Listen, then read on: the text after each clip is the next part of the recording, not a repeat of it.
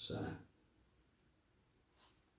let's see. You know what you're doing then? Not really, to be honest with you.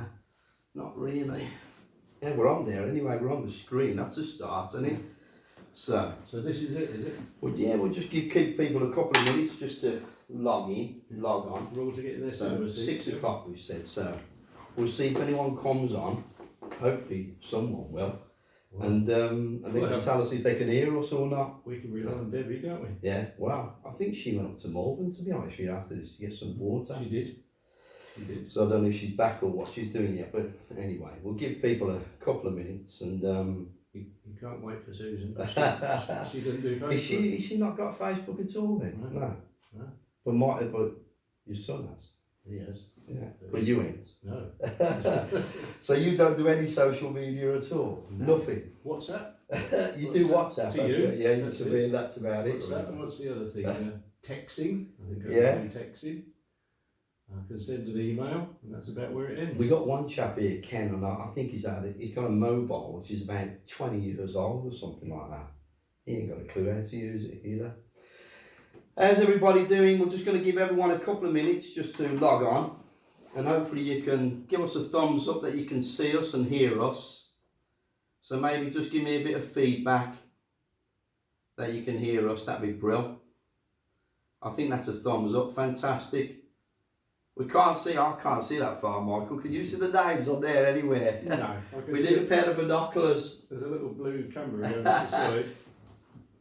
So hopefully you can hear us. We're just going to give everyone a couple of minutes and then we'll begin. Listen with mother. Huh? Listen with mother. Yeah. This will be like Parkinson. We'll do a Parkinson interview. Do you remember him? I used to like him. I do. Best interview ever seen was Muhammad Ali. Do you remember him? I do. Like the interview with Muhammad Ali. I'm trying to think. It wasn't Parkinson. Who Michael Aspel. Michael Aspel. He was always trying to get hold of Dad. Was he? Michael Aspel and David Frost. Okay. But Dad would only do it. He didn't want to do it at all. But he would only do it if they came to Wales. Really? So he was on his own territory. Did he ever do one then? Ever do an interview? Not with Michael Aspel, because they kept writing to him, saying, "Come on, George, do it." And never Dad did. said, "I'll do it then." He gave in the end. And he says, "I'll do it. But you come to me.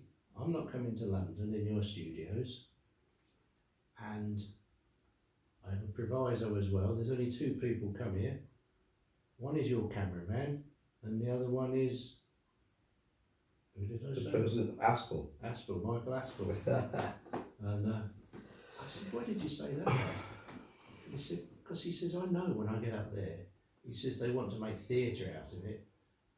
And they'll chop and change and do all sorts of things. If I'm on my home territory," he says, "They just have to do it as it is." He says, "And also, if Michael Aspel has to interview me, you'll have to be careful what he says. Because," he says, "I know all about Michael Aspel." Really? Yeah. Did he treat him then? Or he just knew about it? Yeah, I think the family used to come and see Dad, so we knew he couldn't be nasty with him because he could turn something back on him, couldn't he? Wow. So. Listen, folks, we're going to begin. So I'm going to introduce you to Michael. So this is Michael Chapman, good friend of ours. He's been coming down here. I think you come down about 6 years ago. Was it about 6, 7 years ago? Something like that. Maybe more. Was maybe it? More, yeah. I'm not sure. I remember being in this room and looking out the window, and there was you, Susan, and Tom. And do you remember you were walking round? It was a Saturday afternoon. Yes. Yeah. And I weren't supposed to be on that day, and I looked, and I remember then there was a knock on the door, and Susan was on the door, and she knocked, and she said, "I introduce you to Michael," and she said, "You don't know who he is, do you?" And I said, "No." And that's how we kind of got it. You drove down here on instinct, on a whim, because your dad had a clinic down here originally. In King's Heath. In King's Heath. So I'm going to give everybody a little bit of background into Michael's dad, George, and then we're going to talk about George, and then a little bit about Michael. So welcome everybody. So George Chapman, he channeled healing from the spirit of Dr William Lang, and they founded the Birmingham Holistic Centre and Birmingham Holistic Healing Centre, and worked together giving healing for 65 years before his passing. And your dad was born in Liverpool, or near Liverpool, 4th of February 1921. was brought up by his maternal grandparents after the early death of his mother, and after leaving school he took up various manual occupations such as the Navy, become a professional boxer, and he married May Dixon. They got a daughter, Vivian, in 1945, who survived 4 weeks. And he says the couple were devastated by a premature death, but claimed to receive spirit messages from her through the use of a Ouija board. And from that place, your dad began to ask questions about how this could happen, why and where it all began. So is that pretty much what happened? Or because these are the bits I got from Wikipedia. Well, so what happened exactly with your dad? There's a few mistakes there. Dad Yeah. wasn't in the Navy. Was he not? I think the closest he got to the Navy was on the Royal Daffodil in Liverpool. Okay. He was in the Irish Guards and the RAF. Yeah. And as for my sister giving messages, I don't think she gave messages through the Ouija board. Other people would have done. Okay. Don't think Vivian would have done, because she was only a month old when she died. So your dad was a kind of tough and rough man, wasn't Yeah. he? Like he was a professional boxer. Yeah. Yeah. And then you lost your sister, his daughter, Yeah. and went in search of something else. Is that how it began for him? Yeah. When my sister died, he was devastated, I think is the word, because all he wanted to do was get married. Was you born then? No. No. This was before your time. This was back in 1944, 45. Okay. Anyway, they went into a military hospital in Albury, and she survived a month and died. And Dad couldn't understand why and what had happened, so he started a search for himself, and he went to vicars and anyone he could to try and get answers of where she went. But he wasn't of that mindset before that. Not really. His mother used to hold circles and different things. Yeah. But he didn't know about that, did he? Because his mother died when he was 4. Wow. But apparently his mother did, and his grandmother before. So possibly it was in the family. Yeah. But Dad didn't have any turn guidance towards that way. But he started to search, like I say, and no one could give him the answers that he wanted. So he a very determined man was Dad. He would have succeeded in whatever he'd done. If he was going to be a butcher, he'd be the top butcher, you know. Anything he'd done, he wanted to be the best. And so he started to do his own investigation. He'd read books on psychic phenomena and different things, and anything he could lay his hands on. And then he'd start to shut himself in rooms, dark rooms, and he'd just sit quietly on his own, meditating. And so he hadn't done anything like that before? No, but he'd read in these books all the things maybe that you shouldn't do. Like, don't sit on your own, sit with someone else. He used to look into, so he told me, he used to look into mirrors, and in the end you don't know whether the mirror's looking at you or you're looking at the mirror. And it just carried on like that. And then he started to fall into a trance. By accident, by meditation? It just happened, yeah. He just started to go into a trance. And Mum used to be sitting outside the room, because that's the way he wanted it. And she'd hear these voices coming in. And she got quite frightened about it all. She heard the voices? Yeah, Dad would be talking, but in not his voice, he'd be talking. So he'd be channeling something at that time? Yeah. Wow. Yeah. In the room on his own, which is all the things you shouldn't do. Yeah. He was a very strong character. Yeah. And it went on like that. Then I think Dad was in he came out of the forces in 45, and this is when he was doing what he was doing. And he was in the fire brigade, and he found some people in the fire brigade, some officers who were interested as well. So they done the Ouija board and things, what you shouldn't do. And then one of them was really interested, and he used to sit with Dad and take notes about what was happening and whatever. Where was your mum then? Does your mum not want to get involved, or your dad just says... Dad kept her at bay, like he didn't want to frighten her, Yeah. Was he frightened of it? Because I imagine, like... Dad was not frightened of anything. Was he not? There was something about him, he was... But he felt all these kind of... Did he remember what was going on? No. He had no recollection? No. Only your mum saying, I could hear voices? That's it. It was a dream to him. My God. So then he had this man who used to take notes, Mr. Cross, I think his name was. He was the assistant chief of the fire brigade. Really? And I don't know What year would this be? that was 46, Wow. 45, 46. Yeah. So he was the chief officer in the fire brigade, yeah, and he was interested in similar things to your dad. Dad got away with near murder. Yeah. They'd let him have time off for all sorts of things and say he was doing things because they knew he was worn out. Yeah. Anyway, in the end, this chap started to talk through him, and in time he gave evidence of who he was. He said he was a Mr. William Lang and whatever, and he worked at the Middlesex and the Moorfields and different things. So the chief officer, he used to take all these details, and then they checked it out with what he said. They checked it out with these hospitals, and it came back, the evidence that what he was saying was what they had at the hospital. Really?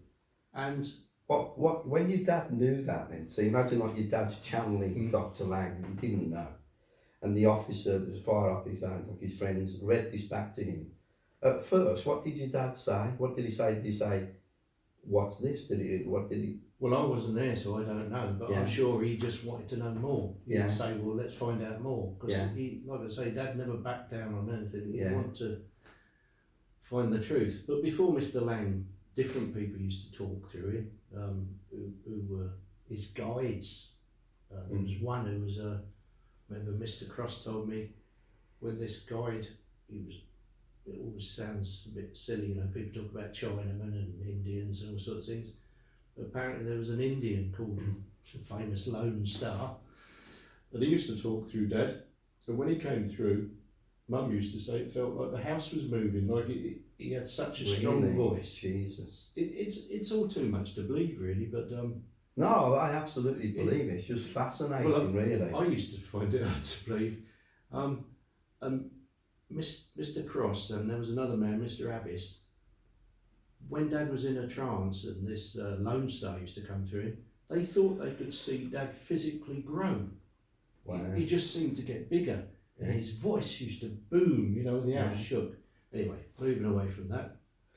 So Dr. Lang wasn't the first to come through. No. There was these other entities. You know, as such. There was many people before Mr. Lang. But then Dr. Lang came and that was validated. Yeah.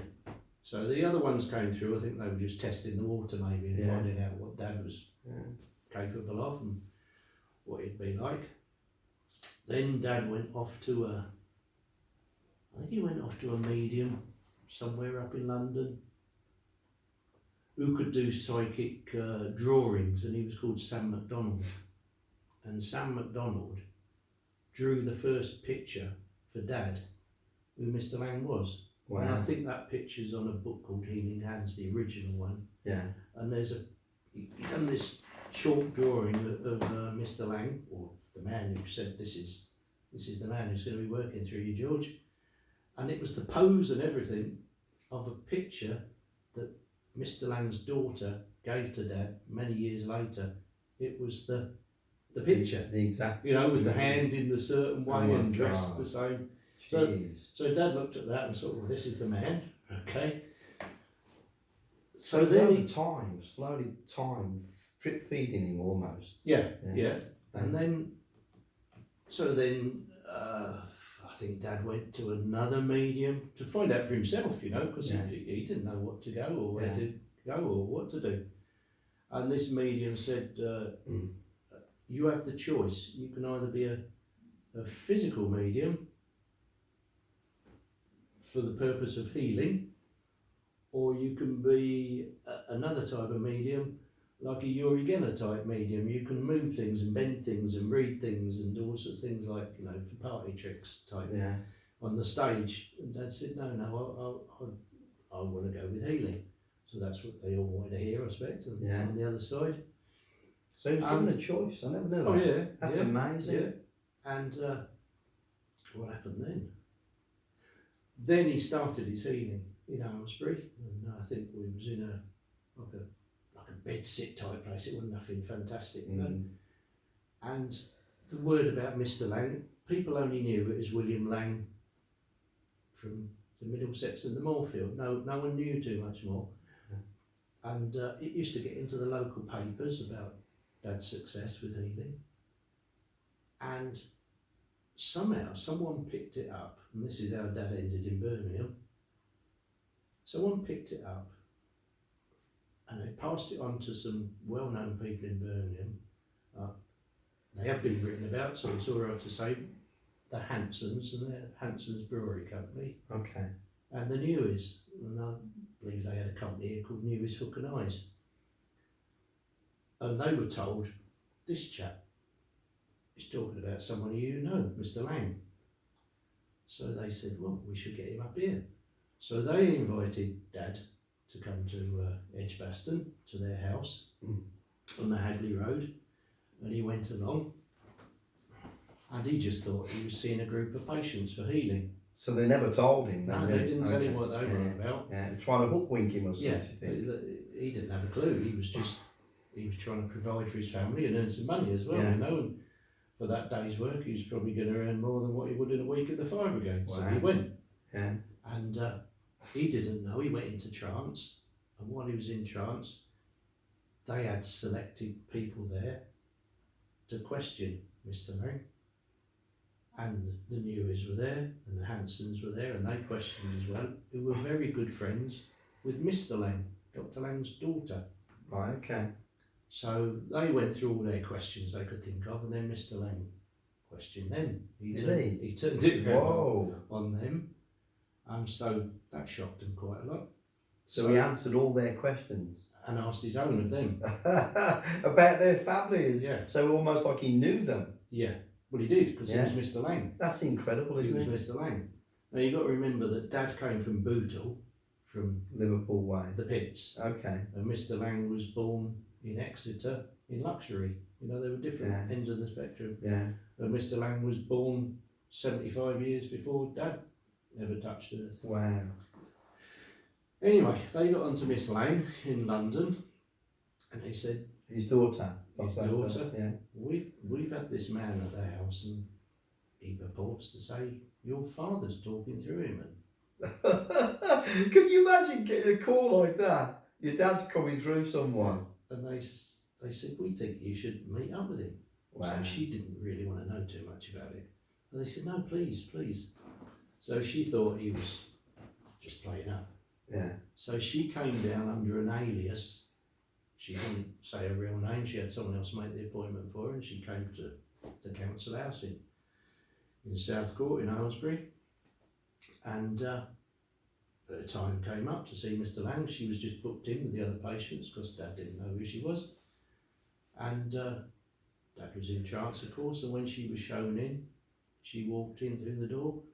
And as soon as she walked in, Mr. Lang looked at her and oh my God. greeted her. As a father?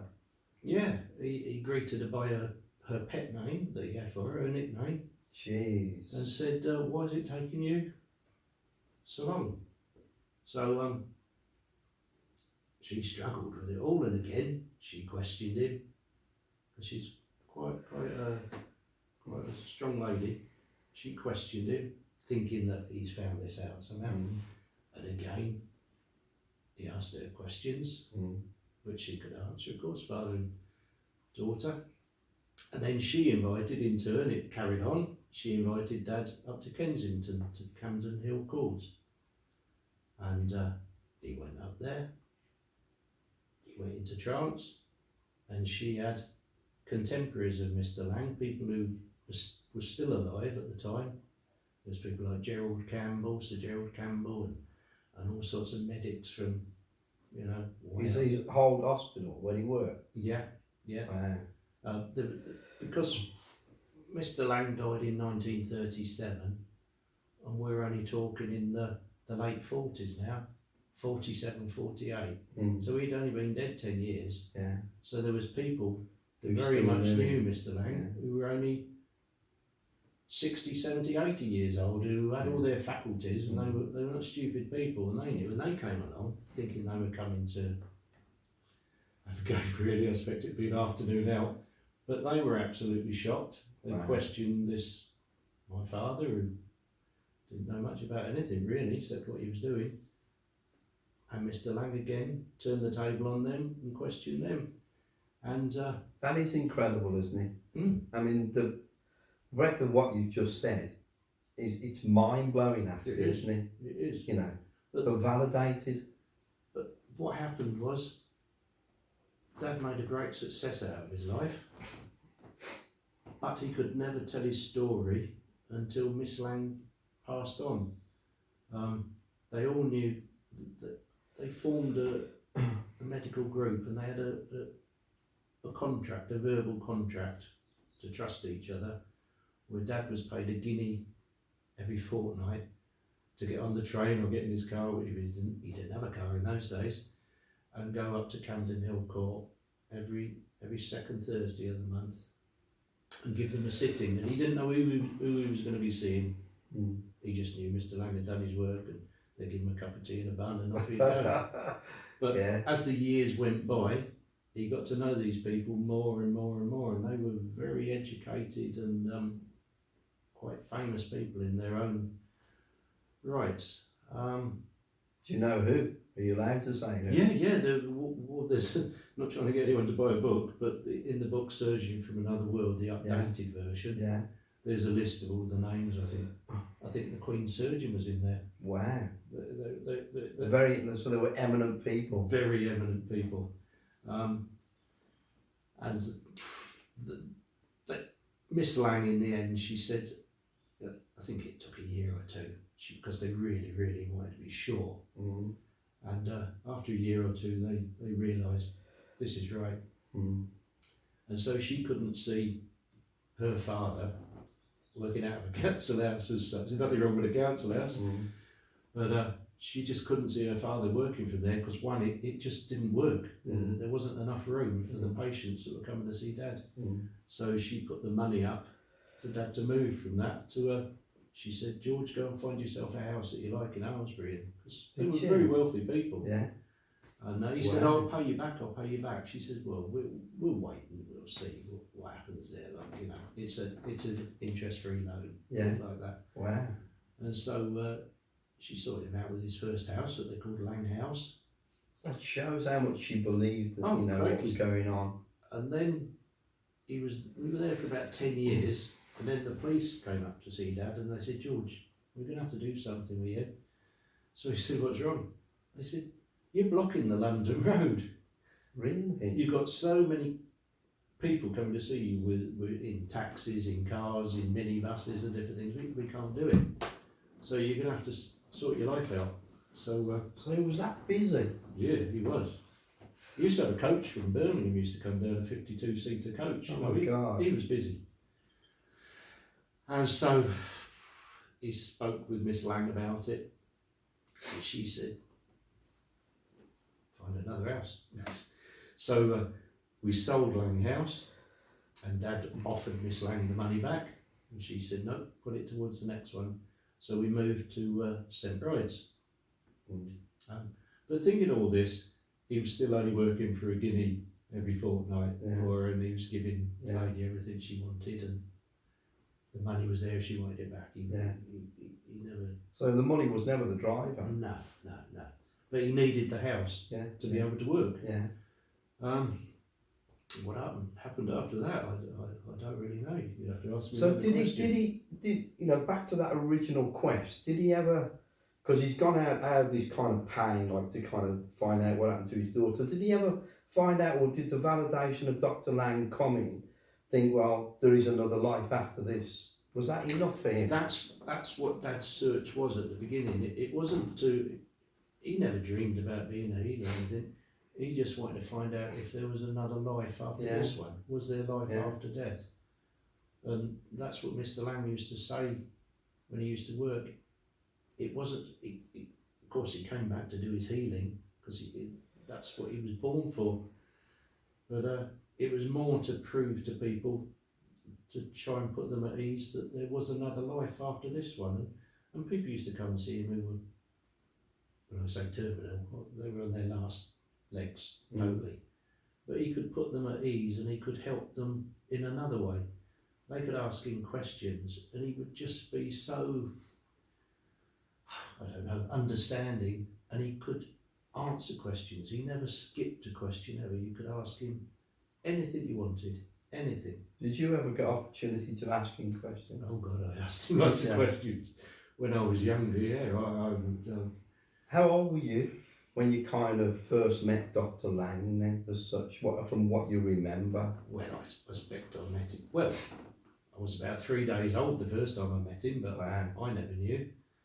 And that's the first real time he spoke about his son Basil. Yeah. And he asked my mum to go and fetch me, and he was 3 days or a week old, something like that. And he said that I too had a son called Basil, who was born in 1880. And he says, one day Michael will work with Basil, Wow. as George has with. That's amazing, me. isn't it? Because you were the only, I think, people in history, as far as I'm aware, that channeled father and son from spirit. Mm.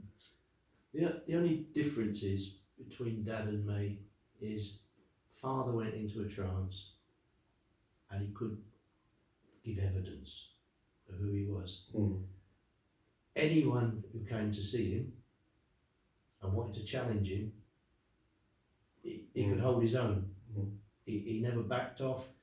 In these early days, I mean, when time went by, he got sick of people trying to test him and test him and test him. Mm. He used to write back to him and say, look, I've done my work now, I've done everything. I mean, in his early days, the doctors used to put him onto some sort of machines. They used to wire him all up to see what was happening with him when he went into a trance. And when he went into his trance, his blood pressure and his heartbeat and everything just went down to, it was hovering just above life, more or less. Really? It was on that line. He was like one of these, these Indians that they bury alive and different things. He could just drop everything right down, and he'd go freezing cold, and he'd even lose half a stone in weight when he come back again. When he finished his day, he'd lose half a stone to a stone. He was amazing. That is an incredible thing, isn't it? Really, incredible story. Oh, there's lots more, but I just can't remember it all. It comes out. So Dr. Lang was he an eye surgeon? What kind of surgeon was he? He was a general surgeon to start with, but then he felt more drawn towards eye surgery. Yeah. And much like Dad, whatever Mr. Lang done, he rose to the top. He would be the best. Mm. He started off as a general surgeon, working in the East End of London with the Jewish people, who took a great shine to him. He had a great following with the Jewish people. And then he was the lead, do you call it pathologist? Where you see in these films, when you see the old-fashioned films, and it's like a bear pit where they've got some poor human down there who thankfully is already dead, and then he'd cut them up and show the people what this is how he used to teach that. He done everything. He rose to the top. So when he channeled through your dad, did your dad do, I don't know what the word psychic surgery, but I don't know any other term for it, or what? How did he go about? Because I remember speaking to a few people in reception who met Dr. Lang, and they all speak, even now, like however many years on, with great affection. And they said he used to walk around the room with his eyes closed. He had a great bedside manner. Yeah, did he? Oh, he was wonderful. He used to charm the ladies. He was just a lovely man. He was a gentleman in Victorian times, a gentleman. And I mean, Basil, he followed his father. He worked at the Middlesex and the Moorfields, and he was a general surgeon. Then he followed on to eye surgery, and Basil was quite clever with machinery and gadgets and things like that, and when he went into the war, he went into the First World War, he was so interested in different things, he invented, I remember Dad telling me, there used to be a programme on television called All Our Yesterdays with Brian Inglis, a name like that, and they wrote to Dad, because they knew he had the stuff. How? We don't know. And they asked, could we have some of this stuff? But for some reason, Dad didn't let them have it. And it was Basil invented the first mobile X-ray unit on the battlefield. So if someone got some metal in their eye through a blast of some sort, they could treat it straight away before it gave too much damage, or just to get people back. So when were you introduced into the picture? Because I imagine, like, or did you used to go around with your dad, and then was there a moment that it began for you, and how did that happen? Well, it was always there. If I ever hurt myself, I'd go for Dad, you know. Yeah. And I remember one time we was in Boscombe on holiday. I felt really ill. I think I was only 5 or 6. We was in like some little flat above Mac Fisheries, you know. That was our holiday home. It's a pretty smelly place, but that's all you could afford. And we were up there, and Mum said to Dad, help him, like he's poorly. And this, and I was throwing up and this, that and the other. Anyway, Dad did like all dads do. He'd come along and he'd have a glass of water, son, and he's mopping my head with a towel and this, that and the other. And he's doing his best. And apparently, I said to him, stop mucking about, Dad. Get Dr. Lang with you. So that's... Could he turn Dr. Lang on and off? Yeah, but he could control him. That was Dad. He had the power. Like, you have some mediums who they see to flip in and out. They're all over the place. Yeah. But with Dad, when it was time for Mr. Lang to be working, that was it. He would allow him in. If he didn't want him, if he was doing something else, that was it. You know, he had his own time as well. When did I start working? I suspect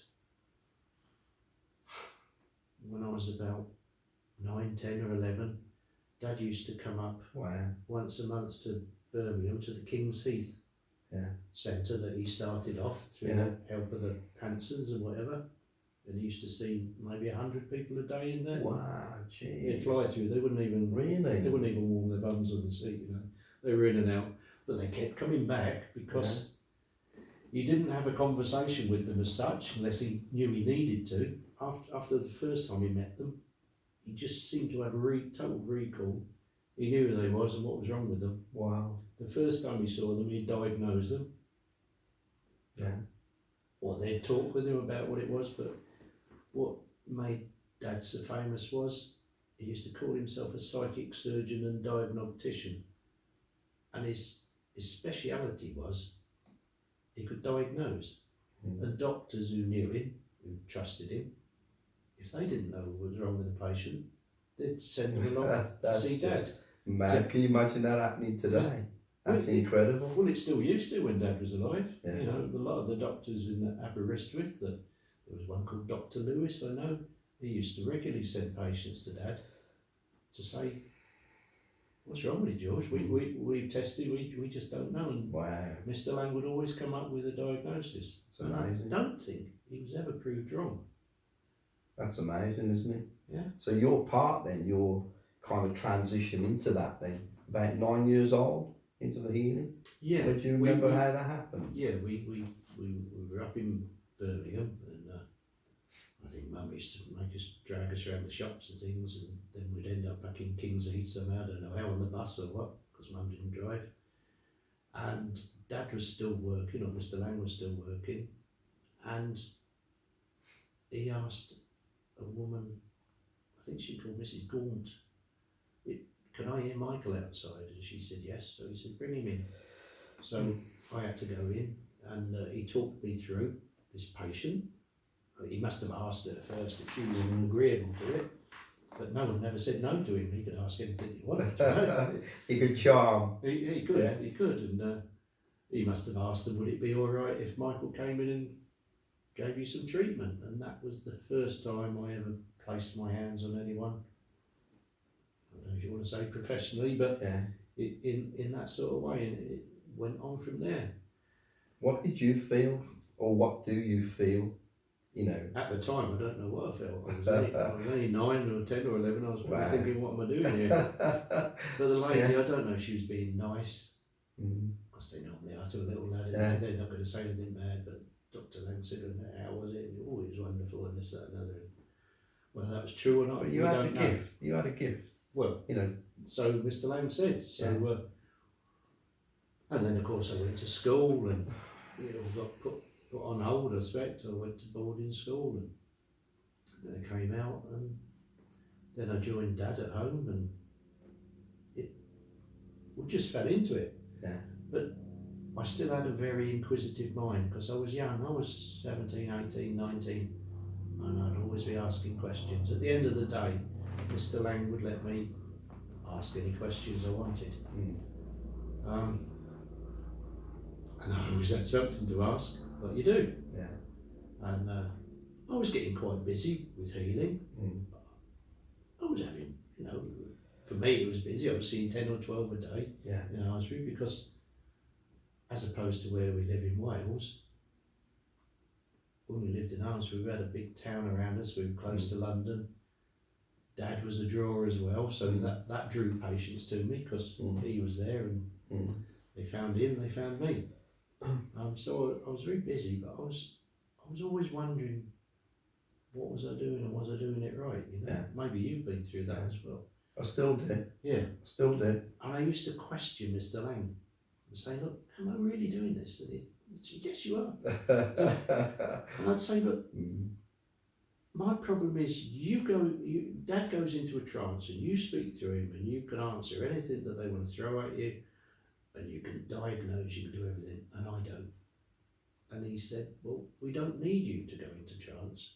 It's quite a dangerous thing to do. He says, you'll find there's many mediums out there that say they go into trance of a type. He says they don't go into deep trance like your father does.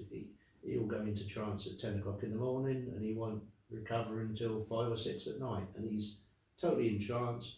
There's no taking toilet breaks or cups of tea or anything like that. He was Dr. Lang. He was Mr. Lang through and through. Wow. But he says it's very dangerous. He says, as you know, your dad's had a few hiccups where people have walked between the couch and Mr. Lang when he's working, and your dad's fell on the floor because they've cut some link that they've got going. He said it's very dangerous, and you don't need to do that to have good results, and you don't need to give the evidence for the Langs because we've already done it. Yeah. Your dad's done all the graft for you. Yeah. So a different form of healing. Yeah. So but just equally as effective. Yeah. So he said, just carry on the way I've taught you and push on, more or less. But he said it in Victorian way. And so you could definitely hear the different voice. Oh, cracky, yes. Yeah. Anyway, I carried on with the healing, and 3 or 4 weeks later, I started to get letters coming through. This is, like I say, Dad or Mr. Lang. They both knew their jobs, and they never wanted to be beat in anything. And I was getting letters come through saying, Michael, we came to see you the other Thursday or something, and when we were getting changed to go to bed, or when we was getting in the bath or the shower, we noticed some marks on our side, or different things like scars. Wow. And different things, and that's where you placed your hands. Because I used to say to Mr. Lang, but you do an operation, I can see you doing all that, I'm not. And he'd say, but you are. Wow. He'd say, when you're placing your hands over the person, then Basil, or whoever's with you at that time, if they feel an operation's to take place, they'll do so. I'd say, really? That's incredible, isn't it? And so you got it confirmed. That was his without way. even asking. That was his way of giving his evidence. Confirmation. Like, if he had anyone come to see him, he was always very nice with everyone. But you'd often get people who were scientists and different things, and they'd come along, they'd been forced along by their wife, or vice versa, the husband would force the wife over. And not everyone is keen on seeing a healer who's mentally dead as well, and someone else is coming back. It's a lot to take in if they're of the scientific mind and whatever. Anyway, he'd still be very polite to them, where maybe they're being a little bit sarcastic, but he wouldn't have to be sarcastic back. He would just do something that would shake them. He would just bring something up that they just didn't expect. He'd talk about them. yes, it talk about where they lived or anything, or about one of their children or anything. You know, oh, it's wonderful that you've always gone to Harrow or whatever, isn't it? And did you know that? You know, you'd just have to do something. Or there was a man called Dr John Best, and he worked for EMI. Oh, the record label. That's it. And they also done things like they were into body scanners and all sorts of things. And Dr Best, he was involved in the body scanner, so he was very intelligent. And I remember coming in one night, and Dad was sitting in his room. He'd got his whiskey on the side. It was about 11 o'clock at night, and he's reading this letter. And Dad said to me, "Good God, son." He says, "That William Lang," he says, "he must be ever so clever." I said, "What is that, Dad?" He says, "Well, I've got a letter here from John Best, and he always likes to write back to say everything that went on between him and Mr. Lang." He says, "And for the life of me," he says, "I can't understand what the conversation was about." Now, John Best, he got on so well with Mr. Lang. Mr. Lang more or less wrote it for him. There's a book called Lincoln Communique, and Best wrote this book, and it was all with the help of Mr. Lang. Wow. And people who buy that book put it down after a few chapters because they just can't understand it. It's so deep and so scientific almost. But Mr. Lang was on that. He could hold his own with anyone. That's amazing, isn't it? Yes, he was special. Like I say. And so are you. You know, in your own kind of unique way. You know, you never. But it's very hard if you got a famous or a well-known father to live up to. Yeah. Because I imagine, like, on some level, you were drawing a comparison, and that's why you said, "Why is it not me, or why am I not doing it?" Well, and all the time when people used to come to see me, they expected to see me like Dad. I've grown into Dad now. Every morning when I wake up and look in the mirror, I see Dad looking back, you know. Yeah. And people even tap me on the shoulder, older people now, who maybe they've, you know, not quite as sharp as they was. They'll be out shopping and they'll tap me on the shoulder and say, "Hello, George." And they think I'm Dad, you know. But in your own right, you're an amazing healer. You know, and the people come back here every time you come back. It's the same people each time. You know, which is incredible, really.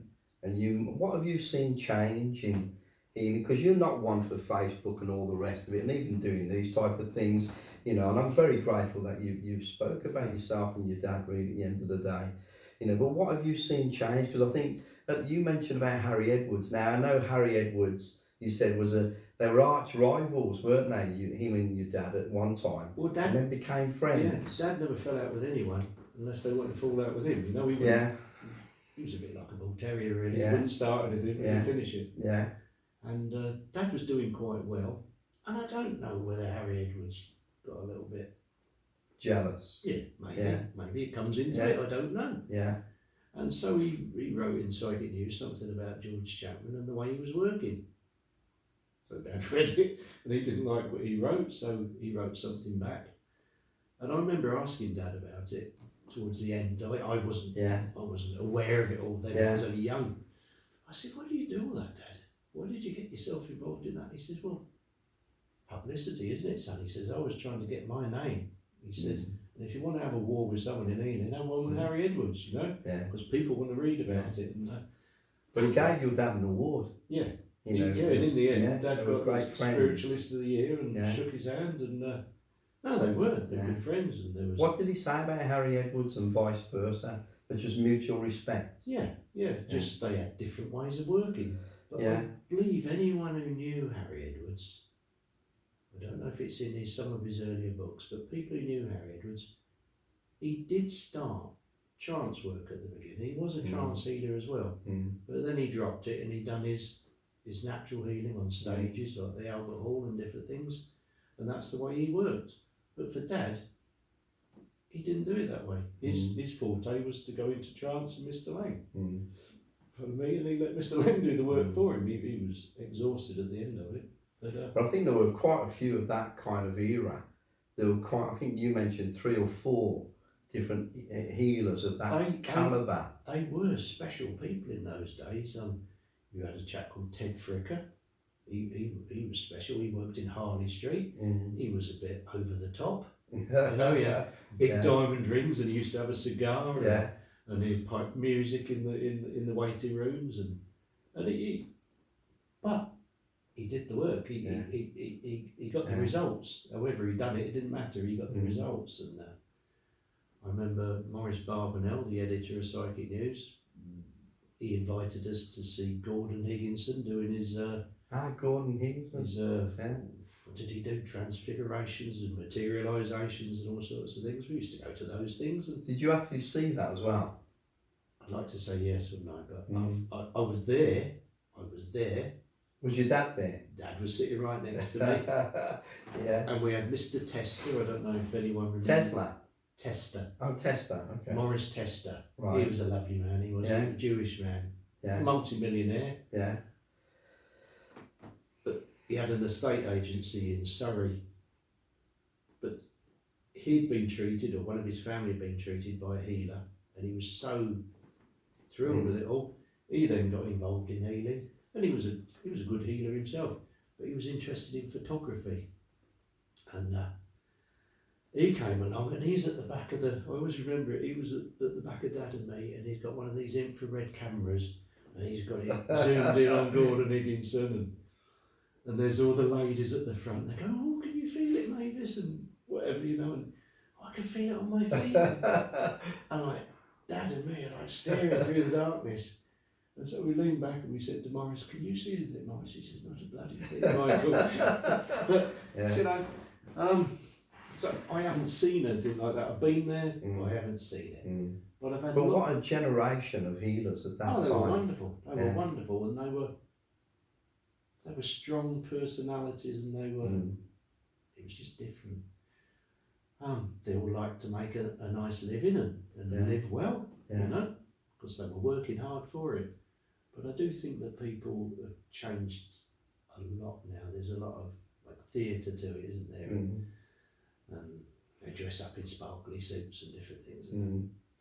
There is that, isn't there, really? It's become more showmanship, and I think maybe perhaps the mediumship part of it has taken over as opposed to the healing part of it. I even have to say now, after their adverts or whatever, or whatever they're doing, they have to put entertainment purposes. So they are like showmen, aren't they? And Dad would never do that. My God, he wasn't an entertainer. I remember we were out one time, used to see all sorts of people, and I don't know how far I go with all this conversation, but the accountant came round one time and he said, "Michael, you're going to have to get your feet on the ladder." I said, "What?" He says, "Get your feet on the ladder." He says, "You need to buy a house." I says, "How am I going to buy a house?" So he said, "Well, try." He says, "I know you've got a bit of savings." He says, "And you know, you've got your dad. Go along and see the bank manager like we all do, and twist his arm and see what you can do." So I did. And bank managers were different in those days. They took you at your word. Of course, I was lucky I had Dad there next to me. And he said, "And you'll stand by him, won't you, George?" And Dad was a bit hesitant. He said, "Well, to a degree I will." Anyway, I went out house hunting, and within about 10 minutes of going out there, I found a disused pub. And it all come back into my mind what Dad wanted to do when he was coming out of the forces, because he was thinking how he could make some money and get going. And because he didn't know how his healing was going to work out. And he was going to buy the disused swimming baths in Aylesbury and turn it into a gymnasium. Because he was pretty physical, you know, being a boxer and different things. Anyway, this come through my head. I thought, if I buy this pub, perhaps I could turn it into a gymnasium with a bar on the side, you know, combine the two. Anyway, I did, and it took a bit of struggle. We had to go and get a barrister and different things, but we won. You know, when you're young, you're determined, aren't you? And then we had to have the opening night, and I asked Kenny Jones, the Small Faces, because we knew him. "Would you open my place for me?" He said, "Be delighted, Michael, as long as you supply the beers." So he came down and he brought some of his rock star pals down, and we had an opening night. And then Dad, being Dad, nice Dad, he took them off down the Chinese restaurant. And where this is leading to, Kenny Jones' wife turned to Dad and says, "Where's your next gig then, George?" And Dad looked at us and said, "Gig?" And he looked back at Kenny, he says, "What's a gig?" And he says, "It's what we have when we're rocking at this and the other." It does. Those old photos, you do look like you're kind of stars, and you know, Yeah. kind of Well, we were rock young then, stars. weren't we? We were young then with our flares and our kipper ties and things. But going on to the Lang side, the Lang generation, Mr. Lang had a son, Basil. Basil married Nora. Nora got pregnant. Nora had a baby called Susan. But Basil died a month before she was born, so he never saw her. He died in 1928, October, I think. Susan was born a month later. Susan went on to have another daughter called Amanda, and Amanda's still in touch with us now. She still phones me up and writes to me and says, "I need grandpa or great grandpa's help. You know, can you help us?" And so we're still very much in the Lang's minds, and there's some over in New Zealand, Buckland Bay. So you went all over the world with your healing, didn't you, with your dad? Yeah. And I think you treated royalty as well. That did, yeah. In one of his books, Extraordinary Encounters, Queen Anne, she wrote the foreword to his book. And that's amazing, isn't it? Really? She was a great follower of Dad. Queen Anne and King Michael, who were very good friends to the royal family now. They were, I think King Michael was very close with the Duke of Edinburgh, and if there was ever any do's, as you call it, parties or whatever at Buckingham Palace or whatever, they'd be there. That's amazing, isn't it? To come from where he come from, to kind of try and prove himself, really, the existence of something other than this life, and then to end up seeing royalty. Dad used to go to, is it Berkeley Square, to their house and different things, you know, as a guest, and he could just mix with anyone. And so can you. And they enjoyed it. And you were there as well, you know, in your own capacity, in your own way. They just enjoyed his company. So if somebody wanted to come for healing, you know, for you, what would you encourage them to do? If like someone was ill, you know, and wanted to try healing for the first time.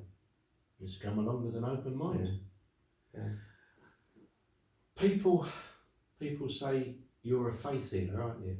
Well, no, I'm not a faith healer. I'm a spiritual healer, or there's a word that my father used to tell me years ago. This is what you should change yourself to, son.